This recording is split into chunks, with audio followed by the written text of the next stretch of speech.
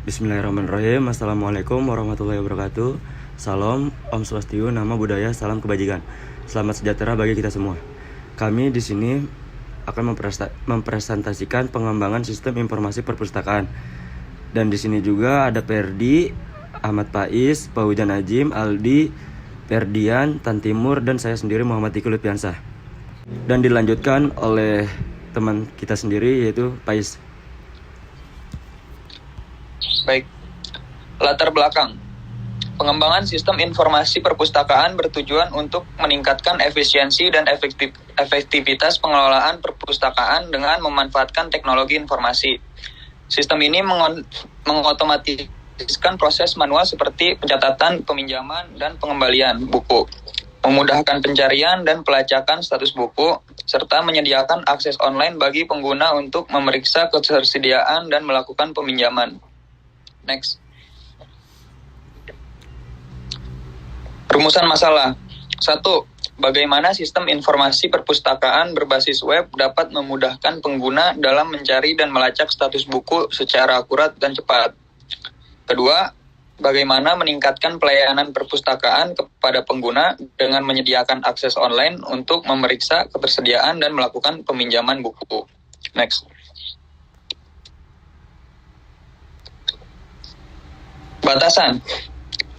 Batasan di sini berfokus untuk fitur utamanya. Sistem hanya akan mencakup fitur utama seperti pencatatan, peminjaman, dan pengembalian buku, manajemen inventaris buku, dan pengelolaan data anggota. Fitur-fitur tambahan seperti forum, diskusi, atau layanan interlibrary loan tidak termaksud. Akses dan penggunaan. Sistem akan diakses dan digunakan oleh anggota perpustakaan, staf perpustakaan, dan admin, tanpa dukungan untuk menggunakan eksternal atau integrasi dengan perpustakaan lain di luar fakultas. Tujuannya, pertama, untuk meningkatkan efisiensi operasional, yaitu mengotomatiskan proses pencatatan peminjaman dan pengembalian buku untuk mengurangi kesalahan manual dan menghemat waktu staf perpustakaan. Yang kedua, mempermudah akses informasi, memberi kemudahan bagi pengguna dalam mencari dan melacak status buku melalui antarmuka web yang user-friendly. Next. Dan untuk landasan teori akan dilanjutkan oleh Aldi Ananta. Dipersilakan. Baik, landasan teori. Perancangan basis data. Perancangan basis data adalah proses untuk menentukan struktur penyimpanan data secara logis dan fisik yang akan digunakan oleh sistem informasi. ARD. ARD adalah alat grafis yang digunakan untuk memodelkan struktur basis data dalam bentuk diagram yang menunjukkan entitas, atribut, dan hubungan antara entitas. SQL. SQL adalah bahasa standar untuk mengelola dan dilewasi basis data. Lanjut. Perancangan basis data. Teori normalisasi basis data adalah proses mengorganisasi atribut dan tabel dalam basis data relasional untuk mengurangi redundansi dan meningkatkan integritas data.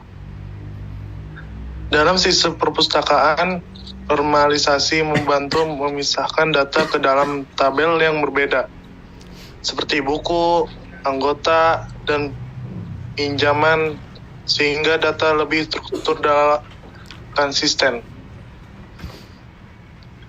Menghindari anomali pembaruan dan memastikan efisien penyimpanan data. Yang penting untuk mengelola perpustakaan yang efektif. Lanjut. Entity Relationship Diagram ERD.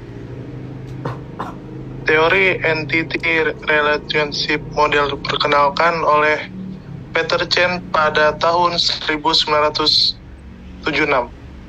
dan merupakan dasar penggunaan ERD dalam perancangan sistem informasi perpustakaan. ERD memodelkan hubungan antara entitas seperti buku, anggota, dan peminjaman serta atribut masing-masing. Dengan Vinti Relationship Diagram ARD, desainer sistem memastikan identifikasi entitas dan hubungan yang diperlukan untuk operasi perpustakaan, memudahkan implementasi kebutuhan sistem. Dilanjutkan oleh Pak Zin, dipersilakan.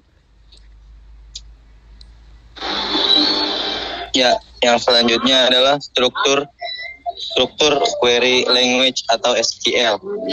Teori Relational Database Management System atau RDBMS yang dikembangkan oleh Edgar F. Ott menjadi dasar penggunaan SQL dalam sistem perpustakaan. SQL adalah bahasa yang digunakan untuk mengakses dan mengelola data dalam basis data relasional. Menjalankan operasi seperti pencarian buku, pencatatan peminjaman, dan pelacakan pengembalian. Kemampuan SQL untuk mengelola data secara efisien dan akurat sangat penting untuk memastikan pelayanan cepat dan tepat kepada pengguna. Meningkatkan kemudahan layanan di perpustakaan. Bab 2 di sini ada tahap pertama yaitu rancangan data, tahap kedua rancangan skema eksternal dan konseptual, yang tahap ketiga rancangan skema intern, tahap keempat penggunaan basis data, pembangunan basis data. Tahap pertama rancangan data. Nah, identifikasi entitas dan atribut. Entitas pengguna, ID pengguna, nama email, kata sandi.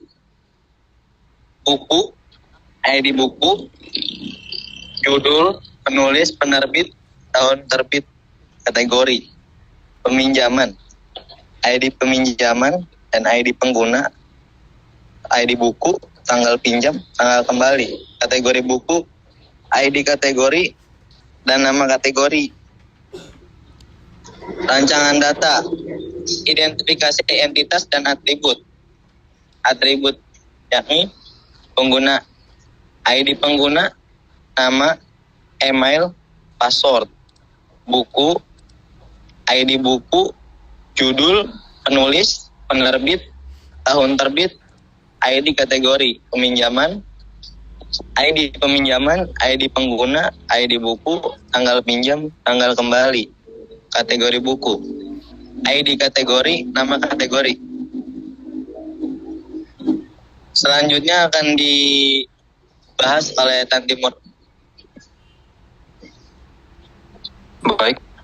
Selanjutnya tahap 2 tentang rancangan skema eksternal dan konseptual. A. Skema eksternal. Pengguna. Tampilan registrasi dan login pengguna. Kemudian tampilan daftar buku yang bisa dipinjam dan tampilan riwayat peminjaman.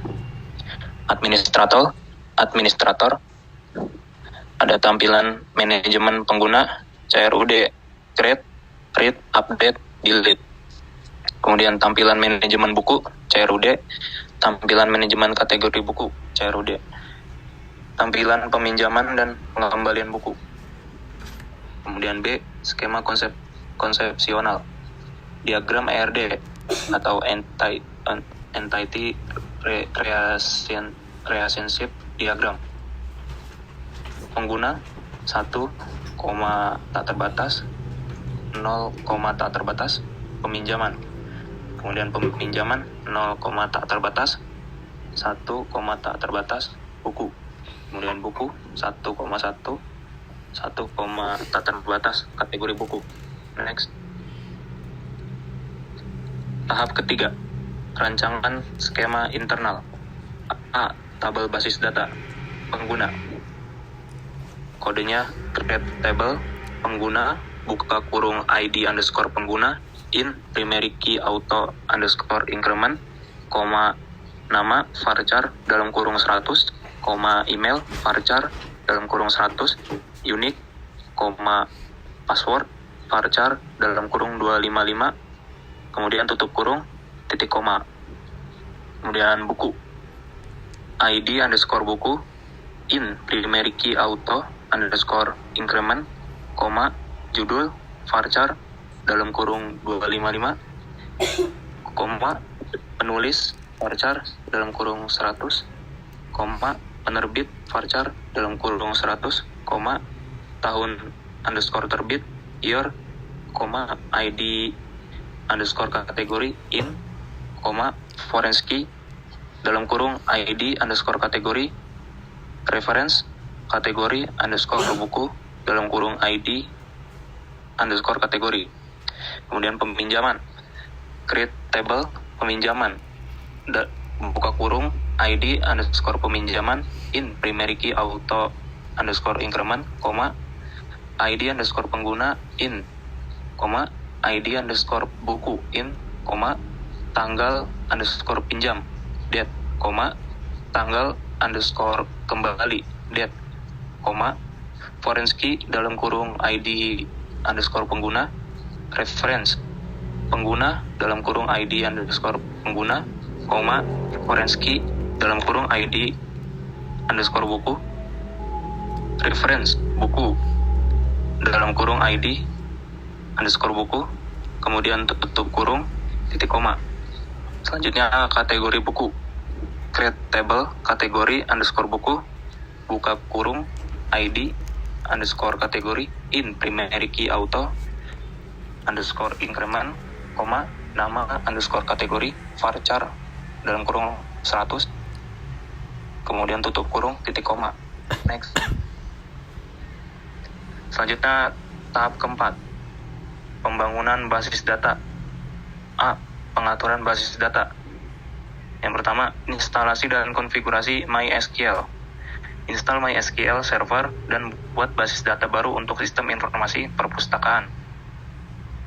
Kodenya create database system underscore informasi underscore perpustakaan titik koma use system underscore informasi underscore perpustakaan titik koma. Yang kedua, eksekusi script SQL.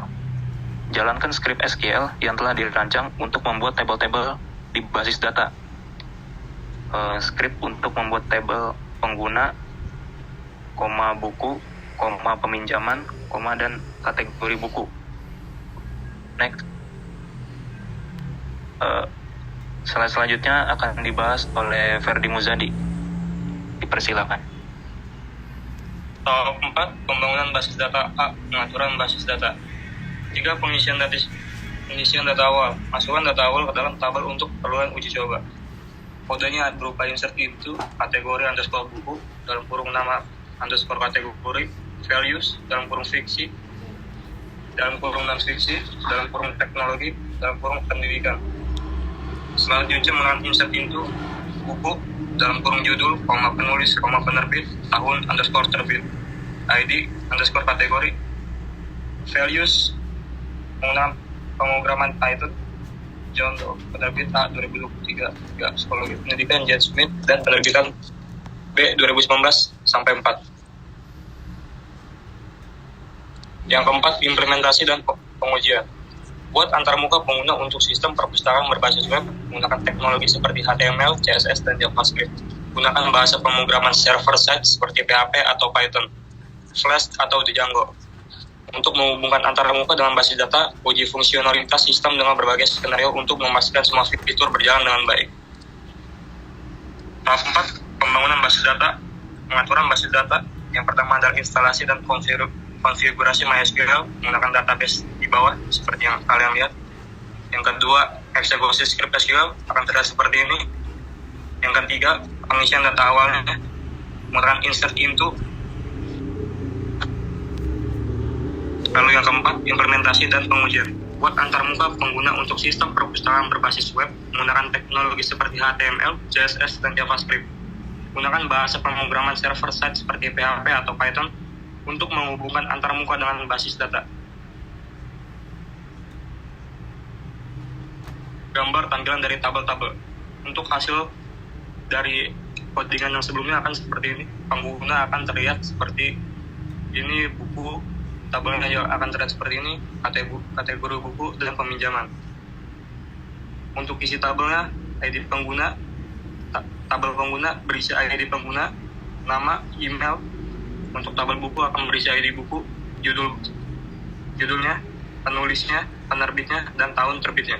Untuk tabel peminjaman akan berisi ID peminjaman, ID pengguna, ID buku, tanggal pinjam, dan tanggal kembali. Dan yang terakhir, tabel kategori buku akan berisi ID kategori, nama kategori. Gambar di atas memperlihatkan struktur dan data contoh untuk masing-masing tabel yang telah diperlihatkan sebelumnya. Anda bisa menggunakan tampilan ini sebagai referensi dalam menyusun basis data Anda. Untuk kesimpulan akan dibacakan oleh rekan saya. Jadi kesimpulan di sini, pengembangan sistem informasi perpustakaan berbasis web di Fakultas Psikologi dan Ilmu Pendidikan memberikan banyak manfaat signifikan dalam meningkatkan efisien dan efektivitas layanan perpustakaan. Sistem informasi perpustakaan berbasis web memungkinkan integrasi yang mudah dengan sistem informasi akademik, memastikan sinkronisasi data yang konsisten dan akurat, penggunaan teori normalisasi dalam perancangan basis data, pemodelan yang efektif melalui ERD, dan pengelolaan data menggunakan SQL, memastikan bahwa data perpustakaan dikelola secara efisien, terstruktur, dan aman. Secara keseluruhan, pengembangan sistem informasi perpustakaan berbasis web ini tidak hanya meningkatkan kualitas layanan perpustakaan dengan memberikan akses yang lebih mudah dengan cepat kepada pengguna, tetapi juga mendukung pengelolaan perpustakaan yang lebih profesional dan terintegrasi. Jadi sekian dari kelompok kami, mohon maaf dengan segala kekurangannya. Wassalamualaikum warahmatullahi wabarakatuh.